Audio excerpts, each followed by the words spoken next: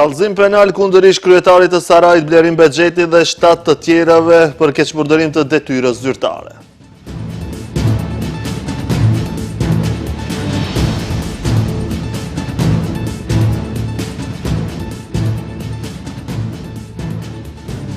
Kryeministri Mickoski thot se reformat në gjyqësor janë për rritje të pagave, jo për ndryshime thelbësore.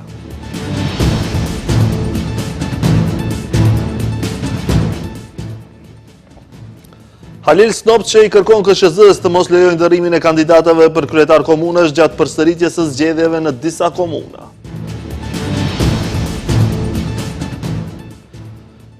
Ministri i Ekonomisë deklaroi se rroga e muajit mars të vitit të ardhshëm do të jetë më e madhe për 2.000 denar.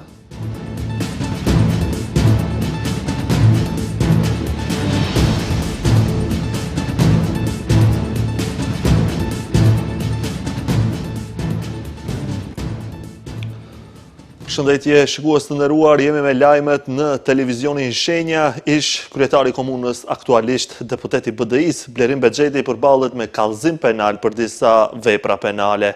Sipas policisë financiare, Bexheti së bashku me 7 ish funksionar dhe punonjës të komunës së Sarajit dhe qytetit të Shkupit, si dhe një inxhinier mbikëqyrës dyshohen për keqpërdërim të pozitës dhe autorizimit zyrtar, moskujdesit në punë për falsifikim të librave zyrtar.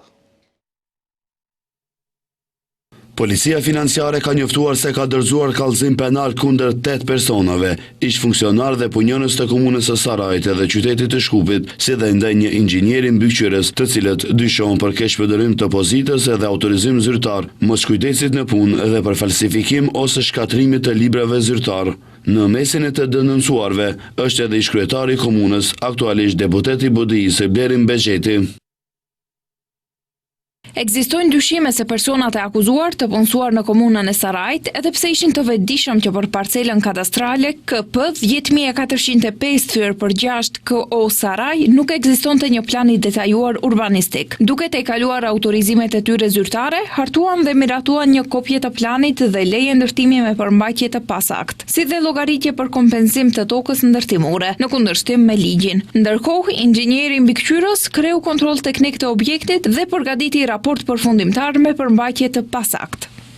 Ndërkohë, siç qarën nga policia financiare, inxhinieri mbikëqyrës ka kryer kontroll teknike të objektit dhe ka përgatitur raport përfundimtar me përmbajtje të pasakt. Në këtë mënyrë, shtojnë se personat e akuzuar, duke abuzuar me pozitat dhe autorizimet e tyre zyrtare dhe duke vepruar me pakujdesi në detyrat e tyre, i mundësuan subjektit juridik Azra Idris Doel fshati Gullmov Shkup Saraj të përfitojë të mira materiale në mënyrë të palishme në vlerë prej 108.638.840 denar. Ish kryetari i komunës së Sarajit dhe aktualisht deputeti BDI-s Blerim Bexheti ka reaguar pasi sot policia financiare njoftoi se ka dorëzuar kallëzim penal ndaj tij dhe disa personave tjerë ish zyrtar në komunën e Sarajit. Mos mendoni se me këto operacione, konstruksione politike, kallëzime të fabrikuara apo tentativa për shantazh mund të më ktheni pas, të më tremni apo të më detyroni të devijoj nga qëndrimet e mia politike, ka theksuar Bexheti. Kjo qeveri, siç thuhet në reagimin e tij udhëhequr nga strukturat antishqiptare dhe vazal, gabon rënd nëse mendon se mund të heshtin zërin e tij dhe të friksojnë. Kallëzimet e porositura, Bexheti thot, nuk indikojnë, përkundrazi ai tha se i japin edhe më shumë arsye të qëndrojnë në krah të qytetarëve dhe të luftojë për llogaridhënie, drejtësi dhe demokraci. Unë nuk friksohem, e vërteta nuk mbyllet me kallëzime politike, ka shkruar më tej Bexheti. Kreu i qeverisë edhe njëherë ka hedhur poshtë akuzat e LSDM-s për përfshirjen e zyrtarëve të VMRO-s për skandalin me fondet IPART. Mickoski ka deklaruar se duhet t'i lënë ta bëjnë punën e tyre, ndërsa nuk përjashtoi mundësinë që të ketë skandal të jenë të përfshirë edhe eksponent të LSDM-s. Ne si qeveri jemi të vetmi që kur vëmren ndonjë sjellje deviante reagojmë menjëherë. Duke thurë lavde për qeverisjen aktuale, kryeministri hedh poshtë, siç i quan ai, spekulimet e LSDM-s se në skandalin me fondet IPART ka të përfshirë përfaqësues të VMRO-s. ndërsa i dërgoi porosi opozitës që t'i lënë ta bëjnë punën e tyre, e cila mund t'i dërgojë tek ministra dhe funksionarë të tyre, duke lënë të kuptohet se në të njëjtin skandal mund të ketë të përfshirë edhe personat e LSDM-s. Ata që janë të përfshirë janë atje ku duhet të jenë. I bëj thirrje opozitës që të mos fshihen pas pyetjeve, por të dalin me vërtetime. Nëse janë aq të sigurt me ato pretendime, le të dalin dhe t'i thonë, është i përfshirë ky dhe ky. Kështu në mënyrë tinzare, nuk lën gjurmë, le të na ndihmojnë të gjithë. Ata që kanë prova për këshillëdorime, le të vinë dhe të na i dorëzojnë ato që të mund të veprojmë. Zëdhënësja e LSDM-s Bogdanka Kuzeska njoftoi se po nisin me një seri informacionesh në lidhje me, siç e quan ajo, mega skandalin me fondet i partë. Sipas saj, drejtori i dyshuar në këtë rast është mik i afërt i Igor Miqev, i njohur si Panker, i cili është kumbar i liderit të VMRO-s Christian Myskoskit.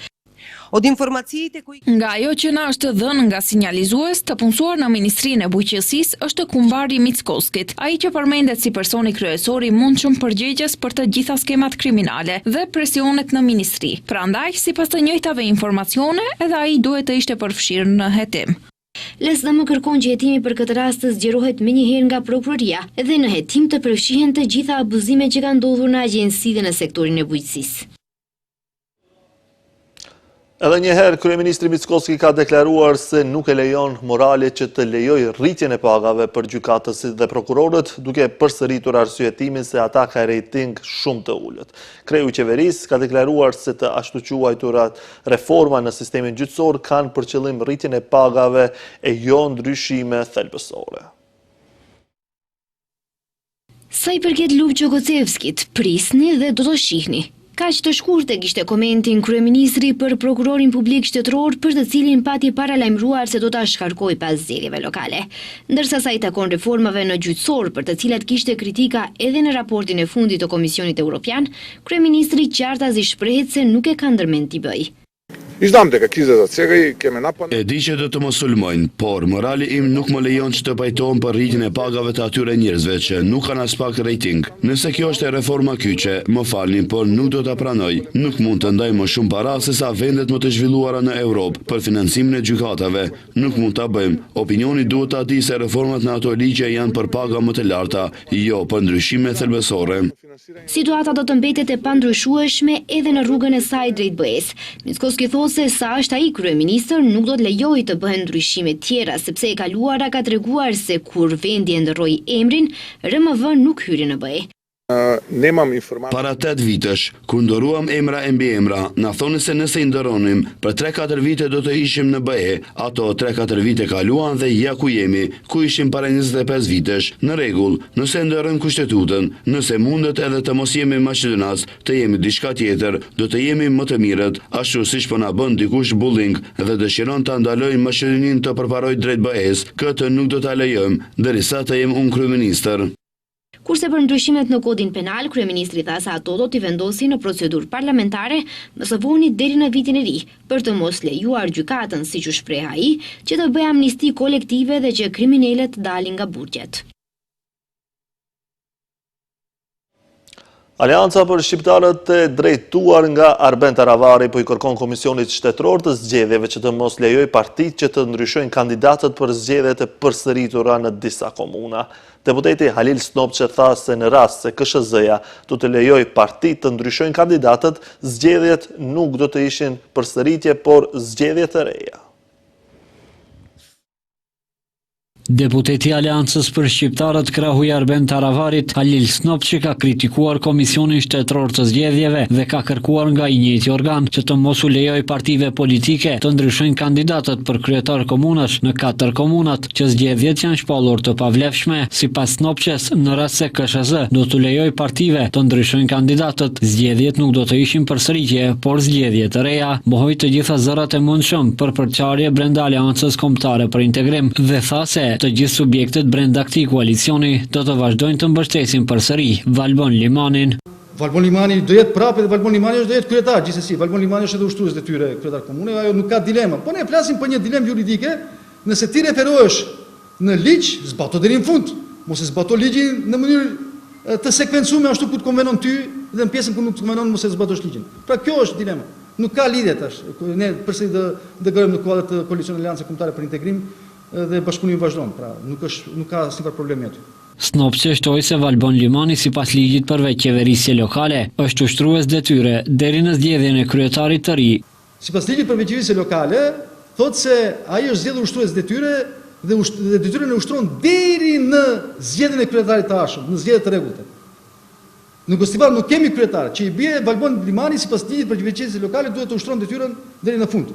Veç kësaj, Snopçe gjithashtu ka kërkuar që të ndryshohet edhe data e zgjedhjeve, për shkak se në datën në të cilën janë parapar të mbahen zgjedhjet në janar, mërgjimtarët shqiptar nuk do të jenë në vendlindje dhe në këtë rast atyre do të mohohet e drejta e votës. Ndryshe, gje Komisioni Shtetëror i Zgjedhjeve shpalli të përfunduar zyrtarisht procesin zgjedhor dhe së shpejti pritet që në komunat Gostivar, Vrapçisht, Centa Zhup dhe Mavrov Rostush, qeveria të emrojë të deleguarit e vet. Ministri i Shëndetësisë Azir Aliu ka premtuar se brenda 5-6 viteve shëndetësia mund të arrijë standardet evropiane. I ftuar në emisionin debat në shenja, Ministri i Shëndetësisë Azir Aliu ka theksuar rëndësinë e menaxhimit efikas dhe digitalizimit si hapa drejt përmirësimit të shërbimeve. Në emisionin debat në shenja, Ministri i Shëndetësisë Azir Aliu foli për gjendjen aktuale dhe sfidat në sistemin shëndetësor, duke theksuar rëndësinë e menaxhimit efikas dhe digitalizimit si hapa drejt përmirësimit të shërbimeve. Ai tha se brenda 5 ose 6 viteve shëndetësia mund të arrijë standardet europiane. Ai po ashtu njoftoi bashkëpunime me disa komuna, përfshirë atë të Çashkës, për ndërtimin e infrastrukturës së shëndetësisë primare. Ballafaqimi i parë ishte me krijimin e buxhetit të ministrisë, i cili krijoheshte deri tani i bazuar në histori dhe jo në të dhënat dhe nevoja. Pra ndruam metodologjinë e buxhetimit të institucionit, gjithashtu aspekti i kapaciteteve njerëzore. Pra tani ma shëndetësia i ka tri shtylla kryesore që neve investojmë, ajo është infrastruktura. E dini që momentalisht derisa flasim 14 salla në klinik janë duke u renovuar nga e para, 4 janë nga fundi, 2 janë nga mesi dhe të tjerat janë në fillim të procesit. E dini që gjithandej investojmë në aspekt të infrastrukturës. Ndër të tjera, ai komentoi edhe rezultatet zgjedhore të koalicionit Vlen, nga ku sa i përket zërave se Ministria e Shëndetësisë, se kjo ministri do t'i merret Vlenit dhe do t'i takojë një partner tjetër të koalicionit, Aliu tha se pozicioni i tij është politik dhe se mund të ketë ndryshime. Ai deklaroi se është i fokusuar në punën profesionale dhe dëshiron të mbahet mend për punën që ka bërë dhe jo në kalkulime politike. Këto pozicione janë pozicione politike dhe duhet të kemi unë të paktën e kam një kulturë administrative që punoj aty ku jam me përkushtim dhe deri në ditën e fundit në pozitën që jam. Pra nuk kam konkuruar në konkurs për të bërë ministër, thjesht është pozicion politik dhe është funksion i cili në përputhje me politikat në institucione, në shtet, në qeveri, mund të ketë edhe ndryshime të tilla. Në aspekt a do të ketë ndryshime në shëndetësi apo jo, besoni që unë jam treguar edhe më herët, që jam personi i cili nuk merrem me këtë punë, dua që në fund të ditës, pasi që do t'jem apo nuk do t'jem në atë institucion, të mbahem mend për punët që i kam lënë brenda dhe për proceset të cilët i kam bërë. I pyetur nëse është optimist që shëndetësia mund të rregullohet në vendin ton, Aliu tha se është optimist për shkak të dy aspekteve. E para, sipas tij është aspekti i digitalizimit dhe me një strategji sipas tij afatshkurte të mesme dhe të gjatë. Shëndetësia tek ne brenda 5 ose 6 viteve mund të duket si një shëndetësi e vendeve europiane, me shërbime optimale shëndetësore. Në LSDM pritet që të ketë ndryshime në disa poste drejtuese, një hap që shihet si reflektim për rezultatin e dobët në zgjedhjet lokale. Megjithatë, kreu aktual i partisë Venko Filipçe nuk e ka ndërmend të tërhiqet, megjithse diçka e tillë po kërkohet vazhdimisht nga VMRO-ja.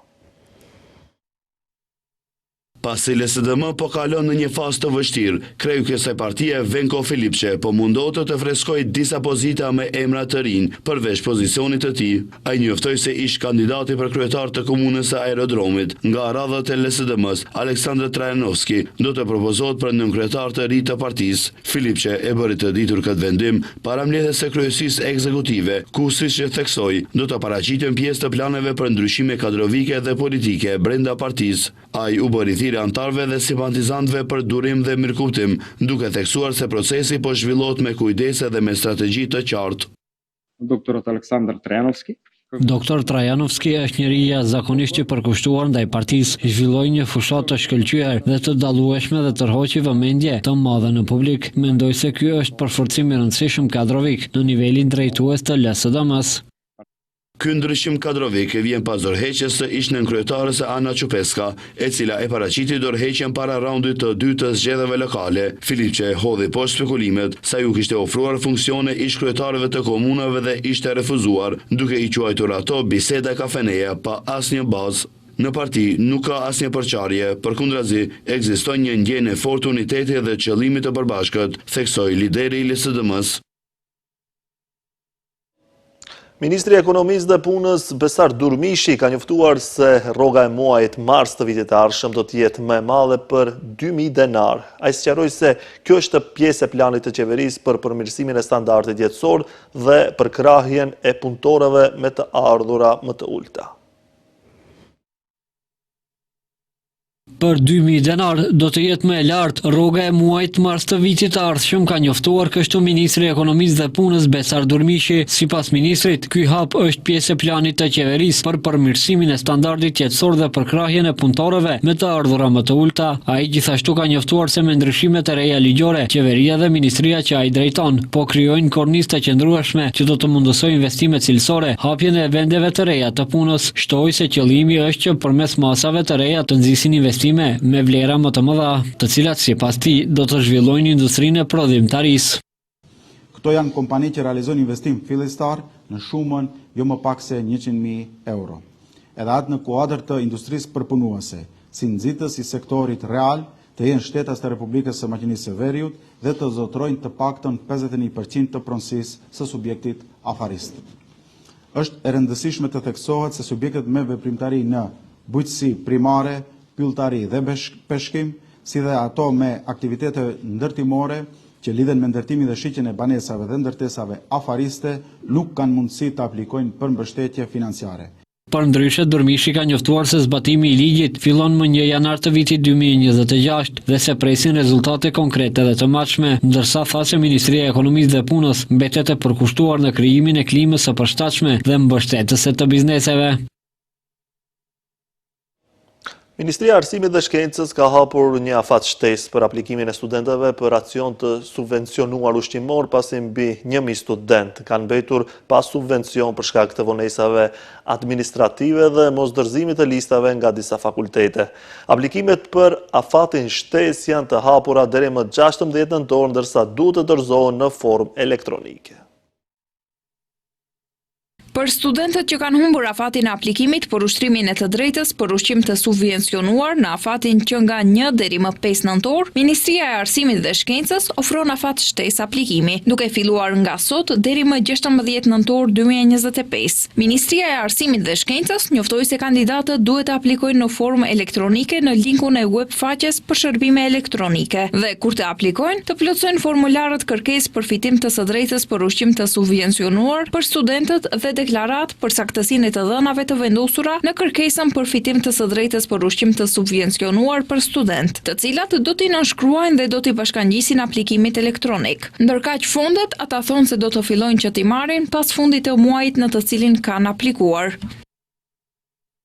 Të gjithë studentët që kanë realizuar të drejtën për ushqim të studentëve do të fillojnë të marrin fondet në muajin pas fundit të muajit në të cilin kanë aplikuar për të drejtën për ushqim të studentëve. Për të gjitha pyetjet që lidhen me regjistrimin e përfituesve për ushqim të subvencionuar për student, Ministria e Arsimit dhe Shkencës ka ofruar mbështetje përmes sektorit për standardet e nxënësve dhe studentëve. Ndërkaq kujtojmë se mbi 1.000 student kanë ngelur pa subvencione për ushqim për shkak të mbikëqyrjeve administrative dhe koordinim të pamjaftueshëm midis fakulteteve dhe Ministrisë së Arsimit dhe Shkencës. Sipas platformës së mbrojtjes së studentëve, Studentaria dhe nga vetë Ministria thonë se disa fakultete nuk i kanë dorëzuar listat e studentëve të regjistruar në kohë tek Ministria. Prandaj shumë prej tyre u është hequr përkohësisht e drejta për subvencione për ushqim.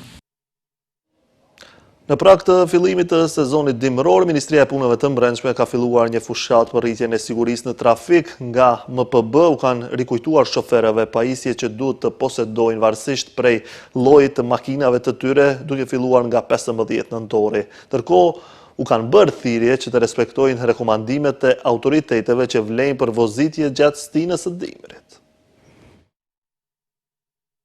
Ministria e Punëve të Brendshme së bashku me Këshillin Republikan për Sigurinë në Komunikacionin Rrugor e kanë filluar fushatën dimërore me moton Vozit me kujdes, mbëri i sigurt, përmes një aktiviteti parandalues dhe edukativ në stacionin e pengesës Petrovec. Ndërkaq, siç thot MPB, aktiviteti është realizuar në bashkëpunim me zyrtarët policor nga sektori për çështje të komunikacionit pranë Byron për Sigurinë Publike dhe me pjesëtar të njësisë mobile për sigurinë e komunikacionit rrugor.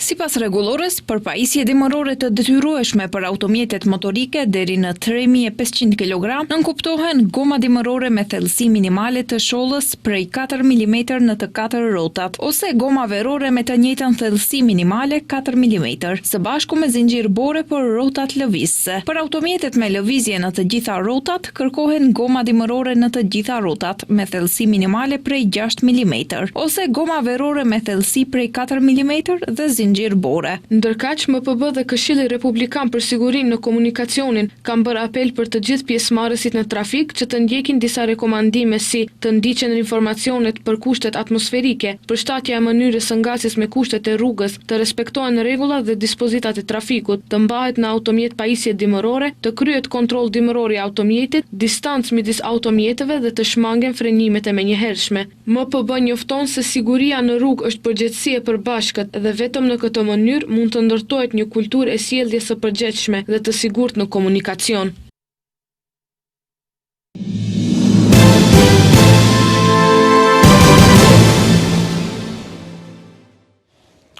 Krye negociatori i Kosovës për dialogun me Serbinë, Besnik Bislimi, tha të njëjtën se ka njoftuar të dërguarin e posaçëm të Bashkimit Evropian, Peter Sorensen, se një bankë serbe nuk po i pranon mjetet financiare që Kosova po i dërgon për t'i ndihmuar shqiptarët në jug të Serbisë.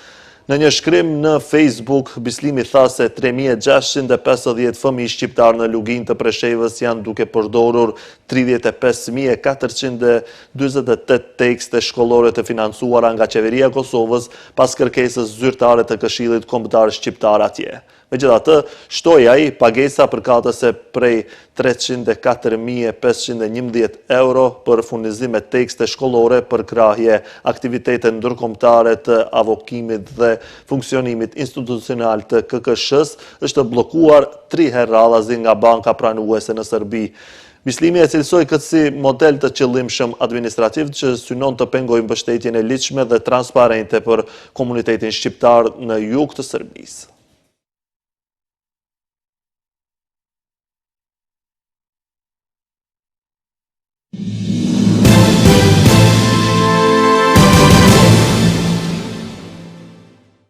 Agjencia OKB-s për refugjatët palestinez njoftoi se mbi 282.000 shtëpi në rripin e Gazës janë shkatruar ose dëmtuar gjatë gjenocidit 2 vjeçar të Izraelit. Në një deklaratë në llogarinë e kësaj agjencie në media sociale të kompanisë amerikane thuhet se mbi 282.000 shtëpi në Gaza janë shkatruar ose dëmtuar në sulmet izraelite, ndërsa qindra familje palestineze janë detyruar të jetojnë në tenda teksa afrohet dimri. Familjet palestineze detyrohen të jetojnë në hapësira të mbyllura me probleme privatësie dhe qasje të kufizuar në shërbimet bazë. Tha organizata e saj, partnere vazhdojnë të ndihmojnë familjet e zhvendosura. Presidenti SBA-s Donald Trump njoftoi se me 9 tetor se Izraeli dhe Hamasi miratuan fazën e parë të planit të arpushimit në Gaza gjatë negociatave në Egjipt. Marrëveshja u nënshkrua në Egjipt ku zhvilloheshin negociata ndërsa hyrin në fuqi me 10 tetor me miratimin e qeverisë izraelite. Ky ishte lajmi i fundit për këtë edicion informativ. Faleminderit për vëmendje, bashkë miru pafshim.